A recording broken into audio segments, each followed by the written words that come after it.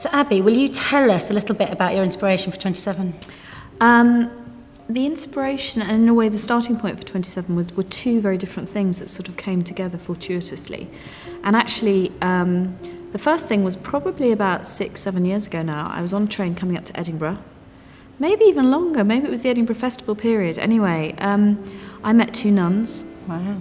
Who were travelling back from visiting somebody in the sort of southern part of England, and they were going back to their convent, and one nun was clearly a little frailer than the other, and she'd gone to pick her up and bring her back to the convent. And during the course of the sort of 3-4 hour train journey, we had a sort of very gentle back and forth conversation, and it became apparent to me that not only were these two very funny and really debunked my view of nuns, but that they'd really dedicated their whole life to something that was clearly decaying and clearly was in decline.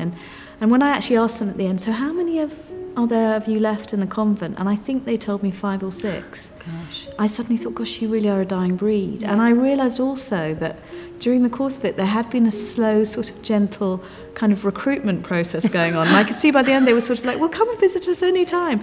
And they really touched me. And I just, because there was a real bond between these two women. They really were sisters in every way. And I've got a sister. So I sort of got that kind of almost familial connection, but also realising, what does it mean when you've dedicated your life to something and then you look behind you and there's nobody snapping at your heels, and what does that say about your faith and the validity of your faith and whether it will go on, whether there is a God, Yeah. So, and then at the same time, and around that time, I read this amazing book by Dr David Snowdon, which was called Aging with Grace, which I think has become, absolutely the springboard for the play, and it documents a really fascinating study that Dr Snowdon has been conducting in America, where he's got several hundred nuns from small convents across America to donate their brains for a very specific area of research, which really is looking at Alzheimer's and dementia and the significance of decay on the brain, really. And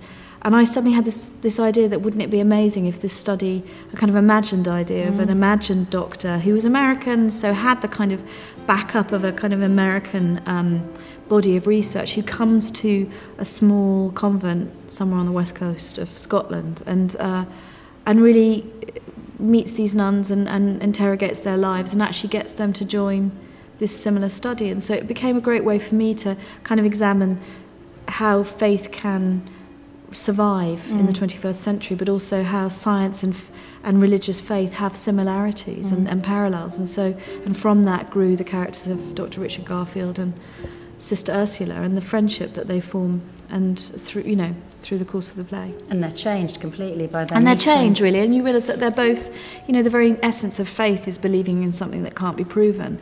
And I love the idea that here was a scientist who was desperately trying to prove something, and here was a nun who was actually questioning whether her own faith could be proven and whether there was a God. And so I suddenly saw these two brilliant parallel journeys, and then realising that actually, through their connection and through the catalyst of this study, they come to view not only their own faith but their own religion and their own kind of unique science in a different way.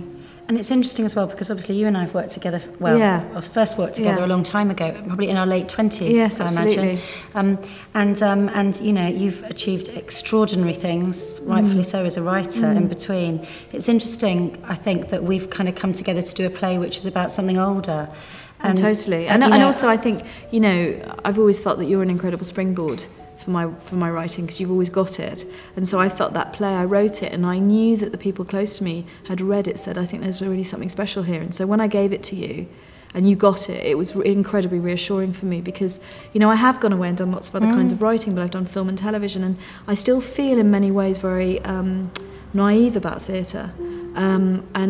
And so it's been great to come back 10 years on, and also, rightly so, it is an older play, because I think thematically when you reach your 40s and the generation above you is ageing and you're losing parents and you have children beneath you, your own sense of mortality changes and your own priorities change, and thematically I think this play strikes me in a way that it wouldn't have done if in my 20s I wasn't interested in those themes, whereas although I've always been interested in the notion of loss and faith, and I think those are also pivotal in the play. So And so, and also I think it's a more intellectual play in some ways, and I think for the, you know, I've always felt working with you, I could really trust you to interrogate that material, and I was quite nervous about that material because I have a huge respect for the book, and I have a huge respect for the study, and you know, as somebody who's not particularly religious, interrogating a religion is challenging. And so I think it's been great for me to come back to you again, who I feel holds my hand, but who can navigate my way through that, because I think, you know, plays are a huge leap of faith. The very act of writing them is a leap of faith, because unlike film and television, you don't have 7 people in the room saying, I don't think that works, I want that character, bring that character in.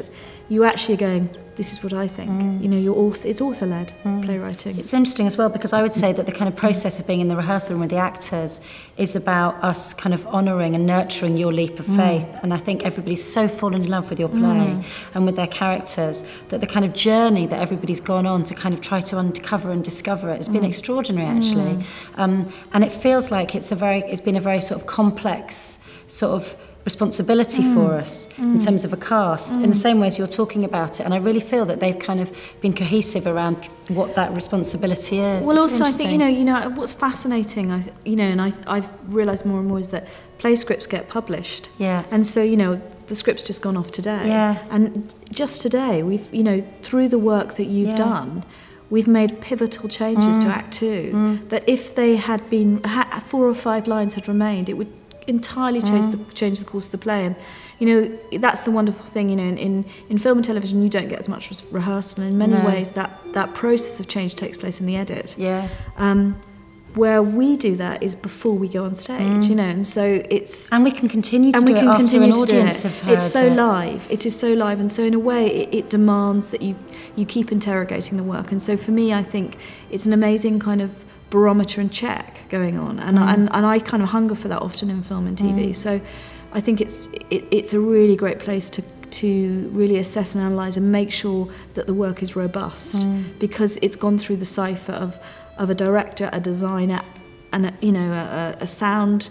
You know, the sound to respond to it, but also the group of actors have really interrogated and said and held onto the through that line of their character. And so, you know, you don't get that in film. No. So it's been great to do that.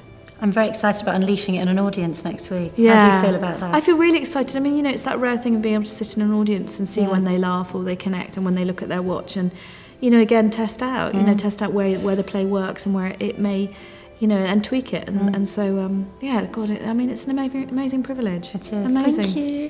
Thank you.